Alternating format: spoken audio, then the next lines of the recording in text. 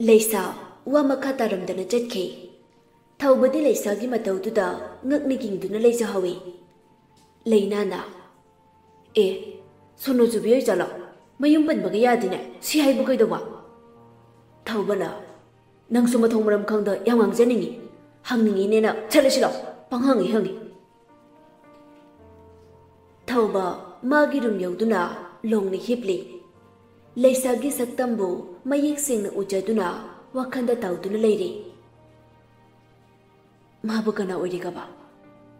ꯀꯔꯤꯒꯤꯅꯣ ꯃꯥꯒꯤ ꯃꯥꯏꯊꯣꯡꯗ ꯑꯋꯥꯕꯒꯤ ꯃꯃꯤ ꯇꯥꯗꯨꯅ ꯂꯩꯔꯤꯕ?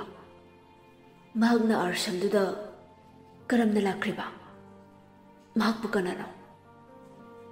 ꯊꯧꯕ ꯋꯥꯈꯜ ꯈꯟꯅ ꯈꯟꯅ ꯂꯩꯁꯥꯒꯤ ꯃꯤꯅꯣꯛꯇꯨ ꯅꯤꯡꯁꯤꯡꯖꯗꯨꯅ ꯃꯃꯨꯟ ꯅꯣꯛꯆꯔꯤ꯫ ꯑꯣꯟꯊꯣꯛꯅꯁꯨ ꯏꯪꯅ ꯐꯖꯩꯀꯣ꯫ ꯁꯤꯅꯒ ꯏꯃꯥꯒꯤ ꯃꯃꯧꯒ ꯑꯣꯏꯔꯗꯤ ꯃꯃꯥꯒꯗꯣ ꯍꯔꯥꯎꯕꯗ ꯐꯠ ꯐꯠ ꯆꯣꯡꯂꯅꯤ꯫ ꯊꯧꯕ ꯍꯔꯥꯎꯅ ꯃꯣꯟꯗꯨ ꯆꯦꯠꯅ ꯀꯣꯟꯁꯤꯟꯖꯗꯨꯅ ꯃꯃꯤꯠ ꯎꯏꯁꯤꯟꯖꯩ꯫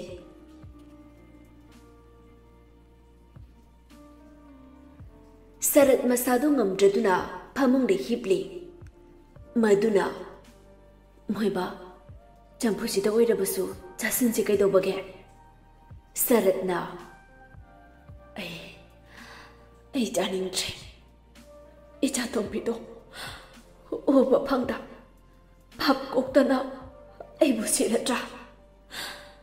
ꯏꯆꯥ ꯇꯣꯝꯕꯤꯗꯣ ꯃꯐꯝ ꯀꯗꯥꯏꯗꯅꯣ ꯃꯥꯅ ꯂꯩꯔꯤꯕ? ꯑꯁꯨꯛ ꯀꯨꯏꯕꯁꯦ ꯃꯥꯒꯤꯅꯤ ꯍꯥꯏꯕꯗ ꯃꯋꯥ ꯃꯄꯥꯎ ꯀꯔꯤꯁꯨ ꯇꯥꯗ꯭ꯔꯦꯅꯦ. ꯃꯣꯏꯕ ꯂꯥꯛꯀꯅꯤꯌꯦ. ꯏꯆꯥ ꯇꯣꯝꯕꯤ ꯁꯣꯏꯗꯅ ꯂꯥꯛꯀꯅꯤꯌꯦ. ꯏꯆꯥ ꯇꯣꯝꯕꯤꯅ ꯍꯥꯏꯈꯤꯕꯗꯨ ꯅꯤꯡꯁꯤꯡꯗ꯭ꯔꯕꯣ ꯃꯣꯏꯕ?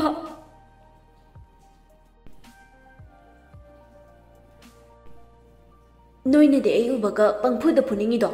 ꯍꯌꯦꯡꯋꯥꯏ ꯆꯥꯎꯔꯒ ꯑꯩꯅ ꯅꯣꯏ ꯊꯥꯛꯇꯨꯅꯤ. ꯃꯣꯟꯅ ꯁꯦꯡꯒꯥꯎ ꯂꯥꯛꯄꯤ ꯅꯆꯥꯅꯨꯄꯤ ꯑꯍꯟꯅꯒ ꯊꯥꯛꯄꯤꯒꯗꯕ ꯅꯠꯇꯦ." ꯃꯗꯨ ꯋꯥꯅ ꯃꯄꯤꯗꯨꯗ ꯊꯣꯛꯇꯨꯅ "ꯍꯥꯏꯗꯨꯅ ꯅꯣꯛꯆꯗꯨꯅ ꯍꯥꯏꯈꯤꯕꯗꯣ ꯅꯤꯡꯁꯤꯡꯗ꯭ꯔꯕꯣ ꯃꯣꯏꯕ? ꯂꯥꯛꯈꯤꯅꯤꯌꯦ. ꯏꯆꯥ ꯇꯣꯝꯕꯤ ꯁꯣꯏꯗꯅ ꯂꯥꯛꯈꯤꯅꯤꯌꯦ." ꯂꯩꯁꯥꯁꯨ ꯃꯁꯥꯗꯨ ꯃꯤꯍꯨꯟ ꯄꯪꯆꯣꯡꯗ ꯆꯣꯡꯂꯤ꯫ ꯃꯁꯥꯗ ꯀꯔꯤꯒꯨꯝꯕ ꯑꯃꯗꯤ ꯑꯗꯨꯃꯛ ꯅꯩꯅꯗꯨꯅ ꯂꯩꯔꯤ꯫ ꯃꯁꯥꯅ ꯇꯧꯖꯔꯤꯕꯁꯤꯡꯗꯨ ꯀꯔꯤꯅꯣ ꯍꯥꯏꯕ ꯐꯥꯎ ꯈꯪꯖꯗꯦ꯫ ꯅꯣꯡꯃ ꯃꯄꯥꯟꯗ ꯃꯊꯟꯇ ꯃꯨꯔꯨꯝ ꯃꯨꯔꯨꯝ ꯁꯣꯟꯗꯨꯅ ꯂꯩ꯫ ꯃꯁꯥꯗ ꯁꯤꯡꯖꯨ ꯆꯥꯅꯤꯡꯕꯅ ꯈꯧꯔꯥꯡꯖꯔꯤ꯫ ꯑꯁ, ꯀꯔꯤꯒꯤꯅꯣ ꯑꯩꯅ ꯁꯤꯡꯖꯨ ꯑꯁꯨꯛ ꯌꯥꯝ ꯆꯥꯅꯤꯡꯂꯤꯕꯁꯤꯕꯣ? ꯃꯇꯤꯟ ꯐꯥꯎ ꯇꯥꯗꯨꯅ ꯈꯥꯡꯂꯤ꯫ ꯇꯟꯖꯥꯗꯨꯗ ꯁꯥꯂꯤꯅꯤꯁꯨ ꯃꯥꯒꯤ ꯊꯕꯛ ꯂꯣꯏꯗꯨꯅ ꯂꯥꯛꯂꯤ꯫ ꯁꯥꯂꯤꯅꯤ ꯍꯦꯛ ꯎꯕꯒ ꯂꯩꯁꯥ ꯐꯨꯛ ꯍꯧꯒꯠꯇꯨꯅ "ꯗꯤ, ꯃꯄꯥꯟꯗ ꯆꯠꯂꯨꯁꯤ ꯂꯥꯛꯑꯣ." "ꯀꯩꯗꯧꯔꯦ?" "ꯄꯣꯠ ꯈꯤꯇ ꯂꯩꯒꯦꯕ, ꯂꯥꯛꯑꯣ." ꯂꯩꯁꯥꯅ ꯅꯝꯗꯅ ꯆꯤꯡꯗꯨꯅ ꯁꯤꯡꯖꯨ ꯁꯨꯖꯕ ꯌꯥꯕ ꯃꯌꯥꯟ ꯈꯔ ꯂꯩꯔꯤ꯫ ꯉꯥꯔꯤꯗꯤ ꯐꯪꯗꯕꯅꯤꯅ ꯂꯩꯁꯥ ꯃꯥꯅ ꯊꯣꯛꯄ ꯁꯤꯡꯖꯨ ꯁꯨꯖꯗꯨꯅ ꯊꯋꯥꯏ ꯇꯥꯅ ꯁꯤꯡꯖꯨꯗꯨꯕꯨ ꯆꯥꯖꯔꯤ꯫ ꯂꯩꯁꯥꯒꯤ ꯃꯇꯧꯗꯨꯗ ꯉꯛꯅ "ꯁꯣꯇꯤ, ꯀꯩꯗꯧꯔꯒꯦ ꯅꯪꯕꯣ? ꯍꯟꯗꯛ ꯃꯔꯛ ꯀꯩꯅꯣꯝ ꯇꯧꯔꯦꯀꯣ, ꯀꯩꯗꯧꯔꯤꯅꯣ?" "ꯗꯤ, ꯑꯩ ꯀꯩꯗꯧꯔꯒꯦ? ꯃꯅꯤꯄꯨꯔꯒꯤ ꯍꯥꯎꯈ꯭ꯔꯕ ꯃꯊꯦꯜ ꯑꯃꯅꯤ, ꯆꯥꯕꯤꯌꯨ." ꯊꯧꯕꯁꯨ ꯗ꯭ꯌꯨꯇꯤ ꯂꯣꯏꯗꯨꯅ ꯊꯣꯛꯂꯛꯄꯗ ꯖꯣꯁꯀ ꯊꯦꯡꯅꯔꯝꯃꯤ꯫ ꯊꯧꯕꯅ "ꯑꯦ ꯚꯥꯏ, ꯈꯪꯗꯧꯔꯤꯒꯦ? ꯎꯗꯕꯒ ꯀꯨꯏꯔꯦꯅꯦ." "ꯈꯪꯗ꯭ꯔꯦꯗ ꯚꯥꯏ, ꯄꯪꯆꯠꯇ ꯆꯠ ꯂꯩꯔꯦ. ꯗꯦꯜꯂꯤꯗ ꯀꯣꯏꯕ ꯑꯃꯨꯛ ꯆꯠꯂꯨꯔꯦ." "ꯅꯨꯡꯉꯥꯏꯔꯦꯅꯦ, ꯅꯪ ꯃꯉꯥꯏꯔꯦꯅꯦ. ꯅꯇꯨꯒꯤ ꯃꯅꯥꯛꯇꯒ ꯆꯠꯂꯨꯔꯤ ꯑꯣꯏꯔꯝꯅꯤꯅꯦ." "ꯑꯣꯟꯊꯣꯛꯄꯅꯤꯗ. ꯑꯩ ꯍꯣꯔꯦꯟ ꯂꯥꯛꯀꯦ. ꯂꯩꯔꯝꯃꯣ, ꯊꯕꯛ ꯑꯊꯨꯕ ꯑꯃ ꯂꯩꯔꯦ." "ꯊꯣꯛꯑꯅꯤ, ꯆꯣ." ꯊꯧꯕꯁꯨ ꯃꯥꯒꯤ ꯔꯨꯝ ꯇꯝꯅ ꯂꯥꯛꯂꯤ꯫ ꯃꯁꯥꯗ ꯂꯩꯁꯥ ꯎꯅꯤꯡꯕꯅ ꯏꯈꯧ ꯂꯥꯡꯂꯛꯂꯤ꯫ "ꯑꯩꯕꯨ ꯆꯠꯂꯨꯁꯤꯔꯅꯦ? ꯀꯩꯅꯣ ꯃꯗꯨꯏ ꯁꯒꯣꯏꯟꯕꯤꯗꯨꯕꯨ ꯎꯅꯤꯡꯗꯨꯅ ꯁꯨꯛ ꯂꯩꯔꯤꯁꯤꯕꯣ?" ꯅꯣꯛꯐꯦꯠ ꯑꯃꯨꯛ ꯇꯧꯖ꯫ ꯃꯉꯧ ꯊꯤꯔꯕ ꯑꯩꯒꯤ ꯃꯤꯠꯁꯤꯅ ꯃꯥꯗꯕꯨ ꯎꯅꯤꯡꯂꯤꯕ ꯀꯔꯤꯒꯦ? ꯊꯃꯣꯏꯁꯤꯗꯅ ꯃꯥꯒꯤ ꯁꯛꯇꯝꯗꯕꯨ ꯂꯥꯠꯅꯤꯡꯂꯛꯂꯤ꯫ ꯋꯥꯈꯜꯁꯤꯁꯨ ꯃꯥꯗꯒꯤ ꯈꯜꯂꯤ꯫ ꯃꯁꯤꯕꯨ ꯀꯔꯤꯒꯤꯅꯣ? ꯀꯔꯤꯅꯣ ꯑꯩꯅ ꯍꯣꯡꯂꯛꯂꯤꯕ ꯃꯑꯣꯡꯁꯤꯕꯣ? ꯑꯉꯧꯕ ꯑꯃꯒꯨꯝ ꯂꯩꯁꯥꯕꯨ ꯎꯅꯤꯡꯕ ꯍꯦꯟꯃꯟꯕꯅ ꯉꯥꯡꯅ ꯒꯥꯔꯤ ꯁꯨꯝ ꯊꯧꯗꯣꯔꯛꯂꯤ꯫ "ꯍꯦꯔꯥ, ꯑꯁꯨꯛ ꯉꯜꯂꯤꯁꯤꯕꯨ ꯌꯥꯝ ꯎꯅꯤꯡꯂꯒꯕꯨ, ꯍꯣꯏꯗ, ꯍꯦꯛ ꯎꯗꯅ ꯇꯣꯛꯂꯣꯏꯗ." ꯊꯧꯕ ꯍꯔꯥꯎꯅ ꯒꯥꯔꯤ ꯊꯧꯔꯛꯂꯤ꯫ ꯃꯥꯕꯨ ꯃꯌꯨꯝꯒ ꯄꯥꯜꯂꯕ ꯖꯥꯠꯂꯅꯦ? ꯑꯩ ꯃꯥꯒꯤ ꯄꯨꯟꯁꯤ ꯋꯥꯔꯤ ꯈꯪꯗꯅꯗꯤ ꯇꯣꯛꯂꯣꯏꯗꯅ꯫ ꯊꯧꯕ ꯑꯁꯨꯝ ꯊꯧꯔꯛꯄꯗ ꯑꯥꯔꯁꯝꯗꯨ ꯌꯧꯔꯗꯨꯅ ꯒꯥꯔꯤꯗꯨ ꯃꯇꯥꯏꯗ ꯈꯥꯝꯂꯗꯨꯅ ꯆꯪꯒꯦ ꯇꯧꯏ꯫ ꯁꯦꯀ꯭ꯌꯨꯔꯤꯇꯤꯗꯨꯅ "ꯉꯥꯏꯕꯤꯈꯣ ꯚꯩꯌꯥ, ꯀꯥꯔꯗ ꯑꯝꯇ ꯌꯦꯡꯖꯒꯦ." ꯊꯧꯕ ꯉꯛꯅ "ꯀꯥꯔꯗ? ꯀꯩꯒꯤ? ꯀꯥꯔꯗ ꯌꯥꯎꯗ꯭ꯔꯕꯗꯤ ꯄꯔꯃꯤꯁꯟ ꯍꯥꯟꯅ ꯂꯧꯕꯤꯒꯦꯁꯦ꯫ ꯁꯟꯗꯦ ꯅꯨꯃꯤꯠꯇꯨꯗꯗꯤ ꯀꯥꯔꯗ ꯌꯥꯎꯗꯅ ꯆꯪꯂꯒ ꯍꯧꯖꯤꯛꯅ ꯀꯩꯒꯤ?" "ꯚꯩꯌꯥ, ꯁꯟꯗꯦꯗꯤ ꯂꯝ ꯌꯦꯡꯕ ꯂꯥꯛꯄ ꯃꯌꯥꯝꯒꯤ ꯍꯥꯡꯗꯨꯅ ꯂꯩꯖꯕꯅꯤ." ꯊꯧꯕ ꯉꯥꯏꯍꯥꯛ ꯋꯥꯈꯜ ꯇꯧꯏ꯫ ꯂꯩꯁꯥꯕꯨ ꯅꯤꯡꯁꯤꯡꯂꯛꯇꯨꯅ "ꯂꯩꯁꯥꯒꯤ ꯐ꯭ꯔꯦꯟꯅꯦ ꯑꯩ, ꯃꯉꯣꯟꯗ ꯍꯥꯏꯕꯤꯌꯨ ꯃꯥꯒꯤ ꯐ꯭ꯔꯦꯟ ꯂꯥꯛꯑꯦ ꯍꯥꯏꯅ." "ꯍꯣꯏ, ꯁꯤꯗ ꯂꯩꯕꯤꯔꯝꯃꯣ." ꯁꯦꯀ꯭ꯌꯨꯔꯤꯇꯤ ꯑꯃ ꯃꯅꯨꯡ ꯆꯪꯈꯤꯗꯨꯅ ꯂꯩꯁꯥꯕꯨ ꯀꯧꯗꯨꯅ ꯊꯣꯛꯂꯛꯏ꯫ ꯊꯧꯕꯗꯤ ꯂꯩꯁꯥꯕꯨ ꯎꯕꯗ ꯍꯔꯥꯎꯅ ꯈꯨꯠ ꯍꯥꯏꯔꯛꯏ꯫ "ꯃꯥ ꯃꯅꯨꯡꯗ ꯆꯪꯍꯟꯈ꯭ꯔꯣ, ꯂꯩꯁꯥ ꯃꯦꯗꯥꯝꯒꯤ ꯃꯔꯨꯞꯅꯤ." ꯁꯦꯀ꯭ꯌꯨꯔꯤꯇꯤ ꯑꯃꯅ ꯍꯥꯏꯔꯛꯏ꯫ ꯊꯧꯕꯁꯨ ꯑꯌꯥꯕ ꯂꯧꯗꯨꯅ ꯂꯩꯁꯥ ꯃꯅꯥꯛꯇ ꯆꯪꯂꯛꯏ꯫ ꯊꯧꯕ ꯅꯣꯛꯐꯦꯠ ꯇꯧꯅ "ꯀꯝꯗꯧꯔꯤꯒꯦ, ꯅꯨꯡꯉꯥꯏꯔꯤꯕꯣ? ꯀꯩ ꯊꯕꯛ ꯂꯩꯕꯤꯕꯒꯦ ꯑꯩꯕꯨ ꯀꯧꯕꯤꯕꯗꯤ?" "ꯁꯣꯅꯣ ꯆꯨꯖꯥꯠꯂꯣ ꯃꯁꯤ ꯅꯨꯄꯤꯁꯤꯕꯣ, ꯃꯁꯛꯁꯤꯒ ꯑꯣꯟꯊꯣꯛꯅ ꯆꯥꯟꯅꯈꯤꯗ꯭ꯔꯦꯗ." ꯂꯩꯁꯥ ꯌꯦꯡꯗꯨꯅ ꯃꯨꯔꯨꯝ ꯃꯨꯔꯨꯝ ꯁꯣꯜꯂꯤ, ꯑꯃꯨꯛꯁꯨ ꯅꯣꯛꯂꯤ꯫ ꯂꯩꯁꯥꯅ "ꯁꯣꯝꯕꯨ?" "ꯊꯕꯛ ꯑꯃ ꯂꯥꯛꯄꯅꯤ, ꯑꯗꯨꯗ ꯑꯥꯔꯁꯝ ꯂꯥꯟꯕꯁꯤꯗ ꯌꯦꯡꯅꯤꯡꯗꯅ ꯆꯪꯖꯔꯛꯄꯅꯤ꯫ ꯅꯣꯏ ꯁꯦꯀ꯭ꯌꯨꯔꯤꯇꯤꯁꯤꯡꯁꯤꯁꯨ ꯀꯥꯔꯗ ꯌꯥꯎꯗ꯭ꯔꯕꯗꯤ ꯆꯪꯕ ꯌꯥꯗꯦꯅꯦ, ꯑꯗꯨꯏ ꯅꯪ ꯈꯪꯅ ꯅꯤꯡꯁꯤꯡꯂꯛꯄ." "ꯑꯣ, ꯐꯔꯦ ꯑꯗꯨꯗꯤ ꯍꯧꯖꯤꯛꯇꯤ ꯌꯥꯔꯕꯅꯤꯅ ꯑꯩ ꯆꯪꯖꯈ꯭ꯔꯒꯦ, ꯁꯣꯝꯅ ꯌꯦꯡꯒꯗꯕꯗꯣ ꯌꯦꯡꯕꯤꯍꯧꯔꯣ." ꯊꯧꯕ ꯅꯪꯍꯧꯔꯔꯣꯏ ꯃꯇꯥꯒꯨꯝ "ꯀꯩꯅꯣꯝꯇ ꯍꯥꯏꯒꯦꯕ." "ꯀꯔꯤ?" "ꯅꯪ ꯀꯟꯇꯦꯛ ꯅꯝꯕꯔ ꯑꯝꯇ ꯋꯥꯏꯖꯒꯦ." ꯋꯥꯍꯩꯗꯨ ꯇꯥꯕꯗ ꯊꯧꯕꯗ ꯃꯨꯟꯅ ꯌꯦꯡꯂꯛꯏ꯫ ꯑꯁ, ꯀꯔꯤ ꯃꯤꯠꯌꯦꯡꯅꯣ ꯁꯤꯗꯤ? ꯊꯣꯛ ꯈꯣꯟꯖꯤꯟ ꯁꯣꯏꯔꯣꯏ, ꯀꯩꯅꯣꯝ ꯇꯧꯔꯦꯗ, ꯅꯨꯡꯁꯤꯔꯛꯇꯧꯔꯤꯕ꯭ꯔꯥ ꯈꯪꯗꯦ ꯀꯩꯅꯣ ꯇꯧꯔꯤꯁꯤꯕꯣ꯫ ꯊꯧꯕ ꯃꯆꯤꯟ ꯈꯨꯝꯗꯨꯅ ꯁꯣꯟꯖꯩ꯫ ꯂꯩꯁꯥꯅ "ꯋꯥꯔꯧꯕꯤꯒꯅꯨ, ꯑꯩ ꯀꯅꯥꯒꯁꯨ ꯋꯥꯔꯤ ꯁꯥꯕ ꯄꯥꯝꯗꯦ." "ꯋꯥꯔꯤ ꯁꯥꯁꯦ ꯍꯥꯏꯕ ꯅꯠꯇꯦ, ꯅꯪ ꯃꯑꯣꯡꯗꯨꯗꯤ ꯌꯥꯝ ꯁꯥꯟꯅꯖꯅꯤꯡꯕ ꯃꯥꯜꯂꯤ꯫ ꯑꯩ ꯊꯕꯛ ꯂꯩꯔꯀꯥꯟꯗ ꯁꯣꯝꯗ ꯑꯌꯥꯕ, ꯍꯥꯏꯗꯤ ꯑꯥꯔꯁꯝ ꯆꯪꯂꯛꯄꯒꯤ ꯑꯌꯥꯕ ꯂꯧꯅꯕꯅꯤ." "ꯑꯥꯔꯁꯝꯗ ꯇꯣꯏꯅ ꯂꯥꯛꯄꯤꯒꯅꯨ, ꯑꯁꯣꯝ ꯃꯇꯝ ꯃꯥꯡꯅꯕꯅꯤ. ꯑꯗꯨꯒ ꯁꯣꯝꯅ ꯂꯥꯛꯄ ꯃꯇꯝꯗ ꯑꯩ ꯑꯁꯨꯝ ꯃꯤꯡ ꯄꯟꯕꯤꯔꯣ, ꯑꯌꯥꯕ ꯁꯨꯝ ꯄꯤꯖꯒꯦ." ꯂꯩꯁꯥ ꯆꯪꯈꯤꯒꯦ ꯇꯧꯏ꯫ "ꯑꯗꯣ ꯅꯝꯕꯔ ꯄꯤꯕ ꯕꯨꯛꯇꯤ ꯁꯤꯗꯤ ꯁꯤꯔꯣꯏꯗꯅ? ꯉꯁꯤꯅ ꯑꯍꯥꯟꯕꯅꯤ ꯅꯨꯄꯤꯗ ꯅꯝꯕꯔ ꯂꯧꯕ, ꯏꯀꯥꯏꯕ ꯄꯤꯔꯛꯀꯅꯨ, ꯁꯠ ꯁꯠ ꯄꯤꯔꯛꯑꯣ, ꯀꯩ ꯀꯥꯟꯗꯕꯗ ꯅꯪꯒꯤ ꯅꯔꯜ ꯀꯩꯁꯨ ꯇꯥꯔꯣꯏꯌꯦ." ꯊꯧꯕꯒꯤ ꯃꯇꯧꯗꯨꯗ ꯍꯩꯅꯗꯅ "ꯑꯩ ꯆꯪꯖꯔꯒꯦ, ꯋꯥꯔꯧꯕꯤꯅꯨ, ꯊꯕꯛ ꯈꯔ ꯋꯥꯠꯍꯧꯔꯦ." ꯂꯩꯁꯥ ꯋꯥ ꯃꯈꯥ ꯇꯥꯔꯝꯗ ꯆꯪꯈꯤ꯫ "ꯃꯥꯅ ꯉꯝ ꯌꯥꯕ꯭ꯔꯥ? ꯉꯁꯤ ꯅꯝꯕꯔ ꯂꯧꯗꯅꯗꯤ ꯊꯣꯛꯂꯣꯏꯅ." ꯂꯝꯕꯤ ꯃꯇꯥꯏꯗꯨꯗ ꯐꯝꯊꯩ꯫ "ꯀꯔꯤꯒꯤꯅꯣ ꯑꯩꯅ ꯑꯃꯨꯛꯇ ꯇꯧꯗꯕ ꯀꯌꯥ ꯇꯧꯔꯛꯂꯤꯕꯁꯤꯅ? ꯃꯌꯣꯜ ꯀꯪꯂꯨꯔꯕ ꯎꯄꯥꯜꯁꯤꯕꯨ ꯃꯌꯣꯜ ꯆꯣꯡꯅꯕ ꯂꯥꯛꯂꯤꯕ꯭ꯔꯥ?" ꯂꯩꯁꯥꯒꯤꯗꯃꯛ ꯊꯃꯣꯏ ꯄꯨꯝꯕꯗ ꯃꯍꯥꯛꯀꯤ ꯃꯃꯤꯠꯇꯅ ꯊꯜꯂꯛꯂꯦ꯫ ꯊꯧꯕ ꯑꯃꯨꯛ ꯐꯝ ꯑꯃꯨꯛ ꯆꯠ ꯇꯧꯗꯨꯅ ꯂꯩꯔꯤ꯫ "ꯑꯣꯏꯕ ꯇꯥꯏ, ꯅꯨꯡꯁꯤꯕ ꯍꯥꯏꯕꯗꯣ꯫ ꯀꯔꯤꯒꯤꯅꯣ ꯑꯩꯅ ꯃꯥꯕꯨ ꯑꯁꯨꯛ ꯅꯨꯡꯁꯤꯔꯛꯂꯤꯕ? ꯀꯔꯤ ꯅꯨꯄꯤꯅꯣ? ꯈꯪꯉꯦ, ꯑꯍꯤꯡ ꯑꯣꯏꯔꯐꯥꯎ ꯊꯣꯛꯂꯛꯇ꯭ꯔꯤꯕ ꯉꯥꯏꯒꯦꯕ." ꯃꯀꯣꯛꯇꯨ ꯈꯣꯔꯣ ꯈꯣꯔꯣ ꯑꯃꯨꯛ ꯈꯣꯠꯂꯤ꯫ "ꯑꯩꯁꯤꯕꯨ ꯀꯩꯅꯣ ꯇꯧꯔꯤꯁꯤꯕꯣ? ꯂꯣꯏ ꯇꯣꯛꯊꯣꯛꯂꯒ ꯑꯩꯁꯨ ꯑꯥꯔꯁꯝꯁꯤꯗ ꯂꯩꯔꯁꯤꯔꯅꯦ?" ꯃꯈꯨꯠ ꯑꯃꯨꯛ ꯂꯣꯟꯅꯗꯨꯅ "ꯑꯥꯔꯁꯝꯁꯤꯕꯨ ꯀꯣꯜꯂꯤꯕ ꯇꯥꯏꯕꯪ ꯃꯄꯨ, ꯂꯩꯁꯥꯁꯦ ꯃꯧꯗꯗꯤ ꯑꯣꯏꯍꯟꯕꯤꯒꯅꯨꯀꯣ." ꯃꯥꯏꯊꯣꯡ ꯑꯃꯨꯛꯁꯨ "ꯀꯩꯒꯨꯝꯕ ꯑꯣꯏꯔꯝꯂꯗꯤ?" ꯅꯣꯛꯐꯦꯠ ꯑꯃꯨꯛ ꯇꯧꯔꯛ "ꯃꯥꯟꯗꯦꯗ, ꯑꯩ ꯊꯃꯣꯏꯅ ꯌꯥꯗꯦꯕ, ꯑꯣꯏꯔꯝꯂꯁꯨ ꯃꯋꯥꯗꯨꯒ ꯈꯥꯏꯅꯕ ꯑꯣꯏꯕꯤꯔꯝꯕ." ꯃꯊꯟꯇ ꯑꯉꯥꯎꯕꯒꯨꯝ ꯅꯣꯛꯊꯣꯔꯛꯂꯤ꯫ "ꯑꯩꯁꯦ ꯑꯉꯧꯕ ꯍꯥꯏꯗꯨ ꯑꯣꯏꯔꯛꯇꯣꯔꯦꯗ." ꯂꯩꯁꯥꯗꯤ ꯀꯣꯔꯁꯀꯤ ꯔꯤꯄꯣꯔꯇꯤꯡꯁꯤꯡ ꯂꯧꯕ ꯂꯣꯏꯗꯨꯅ ꯄꯨꯖꯥꯗ ꯐꯝꯗꯨꯅ ꯂꯩꯔꯤ꯫ ꯄꯨꯖꯥ ꯂꯣꯏꯔꯕ ꯃꯇꯨꯡ ꯂꯩꯁꯥ ꯃꯥꯒꯤ ꯔꯨꯝꯗ ꯍꯜꯂꯛꯂꯤ꯫ ꯅꯨꯃꯤꯗꯥꯡ ꯄꯨꯡ 8:30 ꯇꯥꯔꯕ ꯃꯇꯝꯅꯤ꯫ ꯂꯩꯁꯥ ꯑꯁꯨꯝ ꯂꯝꯕꯤꯗ ꯂꯥꯛꯄꯗ ꯅꯨꯄꯥ ꯑꯃ ꯅꯤꯡꯒꯥꯡ ꯐꯝꯗꯨꯅ ꯃꯃꯥꯏ ꯅꯣꯟꯊꯗꯨꯅ ꯂꯩꯕ ꯎꯔꯝꯃꯤ꯫ "ꯀꯩꯅꯣ ꯑꯥꯗꯒꯤꯁꯤꯕꯨ ꯃꯁꯥꯒ ꯉꯝꯗꯕ ꯌꯥꯎꯔꯕ ꯖꯥꯠꯂꯅꯦ?" ꯂꯩꯁꯥ ꯄ꯭ꯔꯞ ꯄ꯭ꯔꯞ ꯆꯦꯟꯁꯤꯜꯂꯛꯏ꯫ "ꯚꯩꯌꯥ, ꯀꯩꯗꯧꯔꯕꯒꯦ, ꯍꯛꯆꯥꯡ ꯉꯝꯕꯤꯗ꯭ꯔꯕ꯭ꯔꯣ?" ꯈꯣꯟꯖꯦꯜꯗꯨ ꯇꯥꯕꯗ ꯊꯧꯕ ꯃꯃꯥꯏ ꯐꯠ ꯅꯣꯡꯈꯠꯂꯛꯏ꯫ ꯂꯩꯁꯥ ꯉꯛꯅ "ꯍꯧꯖꯤꯛꯐꯥꯎ ꯀꯩꯗꯧꯕꯤꯔꯤꯕ? ꯅꯪꯒꯤ ꯅꯝꯕꯔ ꯉꯥꯏꯔꯤꯅꯤ." ꯂꯩꯁꯥ ꯉꯛꯅ ꯊꯧꯕꯕꯨ ꯌꯦꯡꯂꯛꯏ꯫ ꯊꯧꯕꯅ चुमना सुम नोंग फादो वरी सानबसे कयामुक यम काइगे नोंग फादो वरी सानबगिरा हौजु फाउ नंबर ngairamiसे इबेमा वाखलदो हेंजिना खंजिंगन आइगी मचिंग अमा लेबेनी आइबो मत मांगनबिगनो आई जंगजरगे मतम से तेंगले सोमसो हनबिरो लेसा चट की तवी थौबना नंबर लौदना आई हलो अहिंग ओइरा फाउ आई मफम सिदना अदुमा खोंफम लिंगदना लेगने हिंगबदगादे यम लेंबा माले अदुगा अनमदी 8904846901 लेसा मुंडे यंगलमदुना चटखे अरोइबगिदो करी हाबनो थौबल लिपतुना लाउरए 1 लेसा तुंगहन यंगदुना हैरमी नंबर से चटप्रे यंगे चट्रदी अमुक लान हौनबा रिंग खिंजिनदुना यंगी अदुबु चटलंबदगे हराउना सी यौरदी यारे आरसमदुदगी थोलकी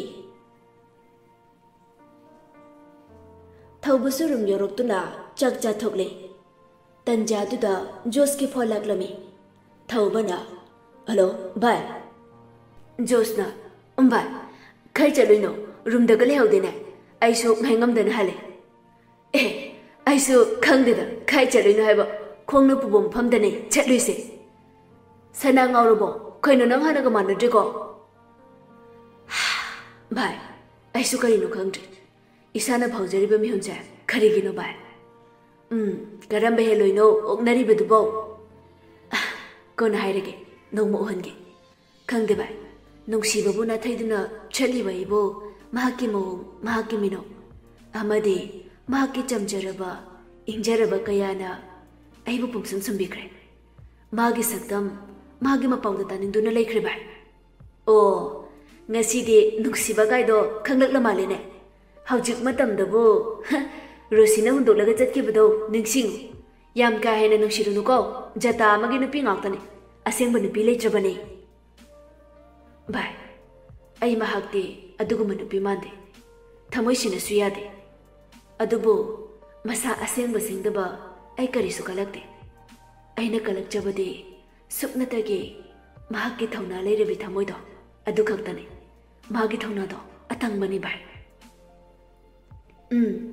नोंगो मतंग चाबदा खंगनबा हाइदुने वेटिंग लेरदे अमुक लान सानबा तारे थमे बाय जोस फोन थमकी थौबा फमुंग लोंग हिप थै फोन दुबु मुन्ना सुम येंगली आइबु तौशिराने मतम सिगा तुममोद्रा लाइबक चंग अमुक तंग येंगलके लेसागी नंबर दुदा कॉल तौशिली ए सोर परो पैरो अमुक्तंग पैरो लेसाना हेलो थौबा खोंजल दु ताबदा खंगप्रे खंगना ए आई थौबा असु थेंगलबा कानचिदा नते तुम्बा यादबदुदा नंग नंबर से चतप्रा अचतब्रा येंगलबने थमजरेगे ngaiko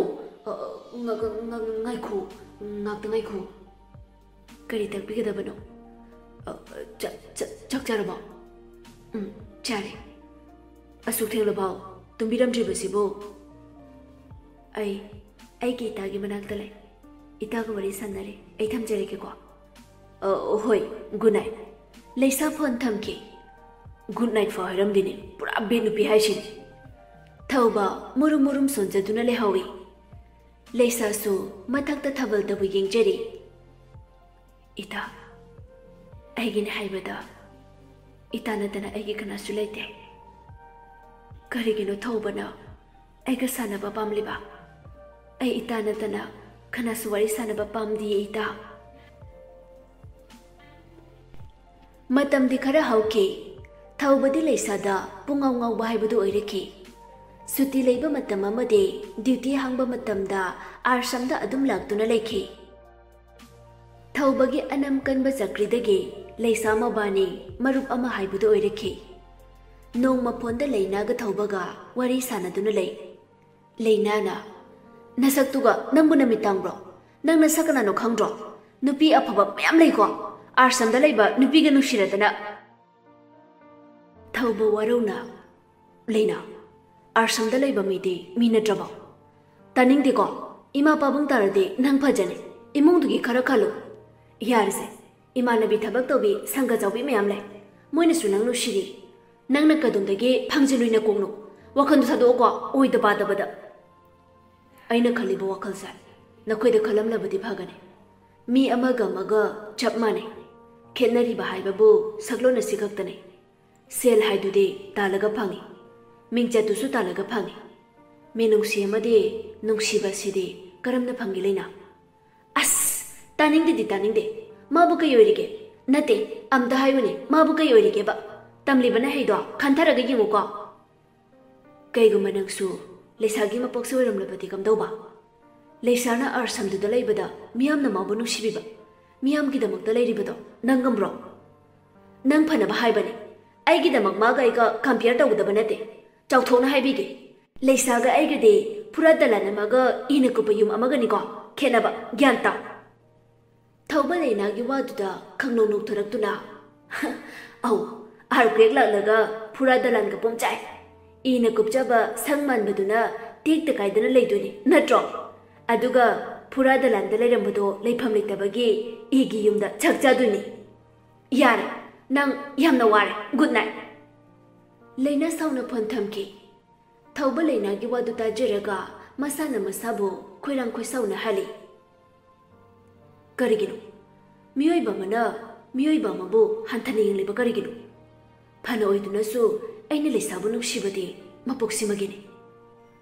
Thauba phondu yingduna munna lei. Ai haujiktagi mama da hayobana pharoitra. Leina na amu haikhraga kamdauba. Thauba makok baiduna munna wakhan tawi. Asing bado ay harige. Thauba mapada phone tauri. Kanto na. Thauba. Babo, mama bu leibro. Leine. Kaino ay gadi hangdine. Babong simak. Mama mukta pahin biro. Se. Najano pane. Mama pahelo oi. Sake haraw na phone du lauduna. Iba nga.